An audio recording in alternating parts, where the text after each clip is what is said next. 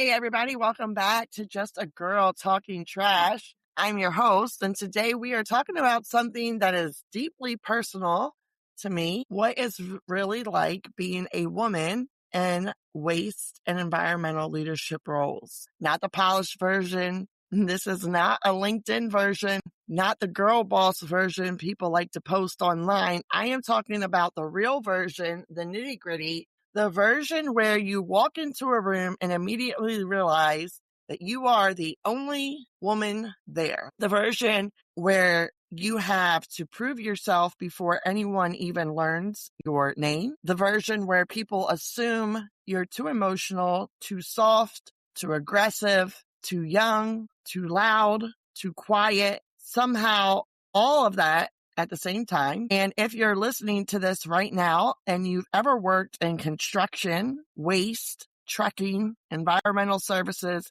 operations, transportation, manufacturing, or any other male-dominated field, you already know exactly what I mean.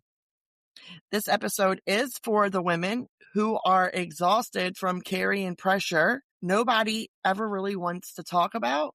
This episode is for women trying to lead teams while also trying to survive mentally. And this episode is also for the men who genuinely want to understand what women in leadership actually go through in industries like ours. Because let me tell you something, women in this industry are not weak. We are some of the toughest people you will ever meet. And that is because we have to be. One thing people don't understand about working in waste and environmental operations is how intense it really is. This industry does not slow down. Trash still has to move. Facilities still have to run. Routes still have to be completed. Equipment still breaks. Weather still happens. Emergencies still happen. Safety is very real. In leadership in this industry, it is pressure every single day. Now add being a woman on top of that. A lot of women walk into these roles already feeling like they have to earn the right to even be there. Not because they are unqualified, but because people automatically question them. You can have years of experience and you can know operations front to back. You can outperform every single person in the room, and still someone will look past you and ask the man standing next to you the question instead. It happens more than people realize. Sometimes it is obvious. Sometimes it is subtle. Sometimes it's someone interrupting you in meetings constantly. Sometimes it's being talked over. It's having an idea ignored until a man repeats it 5 minutes later, and suddenly it is a brilliant idea. And the crazy part, a lot of women become so used to this behavior that we normalize it. We laugh it off. We say things like, oh, that's just how this industry is. But honestly, that mentality is exactly why so many talented women burn out and leave. Because constantly having to prove your value is exhausting, especially when you're already carrying the responsibility of leadership. Now let's talk about respect, because this is probably one of the hardest parts of leadership as a woman in this field. And I'm going to say something that might make some people uncomfortable, but respect is not automatically given equally. A man can walk into a leadership role and people often assume competence first. For the women, we usually have to prove confidence first before respect follows. And that's the reality. And for many women in operations leadership, especially younger women, it can feel like every mistake gets magnified. You really feel pressure to be perfect. You will feel pressure to never show weakness. You feel pressure to constantly know every answer, because you're afraid one mistake will confirm somebody's bias about being a woman in leadership in this industry. And that pressure is really heavy. I remember learning early on that confidence matters in this industry, not fake confidence, real confidence. The kind where you know your operation, you know your people, you know your standards, and you stand on that. Because if you walk into leadership uncertain, people will feel it immediately. Now, that does not mean you have to become cold? No. Does that mean you stop caring about people? Absolutely not. In fact, some of the strongest leaders I've ever seen are women because we lead with both accountability and humanity. We know how to push performance while still understanding people. And that truly matters, especially in industries where burnout is common. Your team does not need a robot.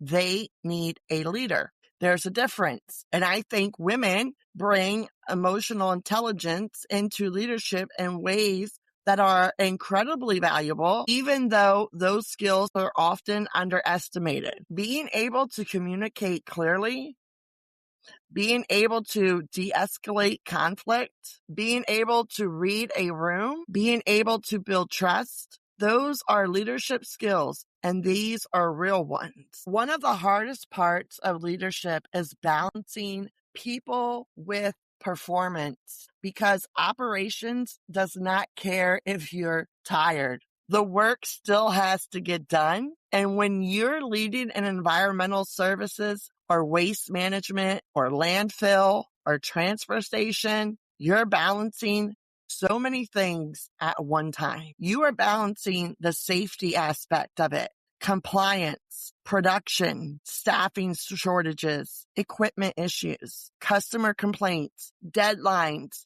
budgets, and somewhere in the middle of all of that, you're still trying to be a human being. That balance is so hard, especially for women, because many of us naturally carry emotional weight from our teams. We just do. We carry that with us. We notice when someone is struggling. We notice morale issues. We notice tension. And sometimes we carry that home with us. Leadership can become emotionally heavy.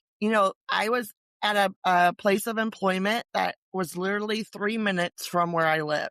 And everyone was like, wow, you are so lucky that you're so close to work that it only takes you 3 minutes to get there. But I actually hated it. I hated that it was only 3 minutes away. Now where I work, it's about a 40-minute ride, and I love it. And I'll tell you why that's important to me is because I use that time in the morning, that 40 minutes, to prepare myself for the day. I go over everything in my mind about what needs to be accomplished today. What issues did we leave unsettled from yesterday? What am I walking into? What if someone calls out? I prepare myself for all of these scenarios that could happen when I walk in my place of business. When I only live 3 minutes away, I didn't have time to do that in my car right there. I walked into chaos and had to hit it head on and then take a break and a breath after it. Now I can prepare myself for anything that may be chaotic. And then the ride home allows you to decompress so that you don't bring it home with you, because there has to be boundaries. And sometimes it's very hard to cut that off. But that 40 minutes gives me enough time to decompress my day, to decompress my thoughts around the day, finish out any unleft business in my mind so that when I walk into the house, I am there and ready for my family. But there are nights that you will replay conversations in your head, moments you wonder if you handled something correctly, moments where you feel responsible for everybody. And honestly, nobody really prepares you for that part.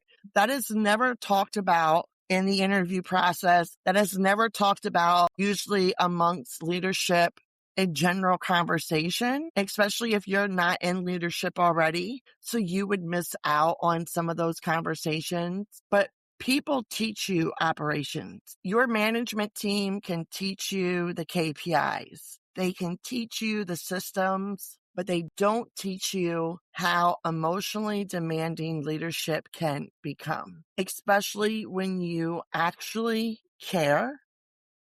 And here's something that I've learned. You cannot pour from an empty cup forever. At some point, leaders have to take care of themselves too. Burnout in leadership is so real. Mental exhaustion is real. Compassion fatigue is real. And women especially need to stop feeling guilty for protecting their peace. Taking care of yourself does not make you weak. it makes you sustainable. I remember there was a week that had happened as an ops supervisor, and it was just the worst week, I think, of my entire time in leadership in being an ops supervisor. I was completely drained. I had a truck fire. I had 9 call outs in one day. I had trucks that were down. I had people hitting fixed objects. And I am just massaging my temples, trying to make sense of it all. Like, I was completely drained from it. And I told my ops manager, I have to take a couple days off. Like, I need a break. Like, I am stressed to the max. Like, I need a day off. Yeah, not a problem. It happens to the best of us. It really happens. Even when people don't want to admit that, yeah, that happens. It does. So talking about that and being honest about it, let's talk about self-doubt for a minute, because even strong leaders struggle with it, whether they want to admit it or not. People assume confidence means you never question yourself, but that is not true. Some of the strongest women I know still battle internal pressure every day. Pressure to succeed, pressure to outperform, pressure to represent all women well. And honestly, when you're one of the only women in leadership around you, it can feel like your mistakes reflect on more than just you. And that is a lot to carry. There are moments where imposter syndrome creeps in, moments where you question whether you are even doing enough, moments where you feel mentally exhausted from constantly being on. And social media makes this worse sometimes because everybody posts success. Nobody posts the breakdowns. Nobody posts the stress. Nobody wants to talk about the tears in the car after a brutal day, but those moments do happen.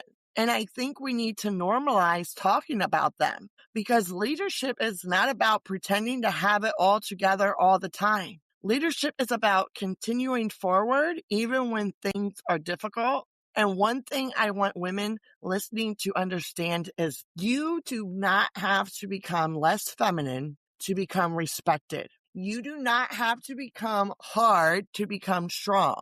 You do not have to become compassionate, and you can still be that way. Like, you don't have to give up compassion to be respected. You do not have to lose yourself to succeed in leadership.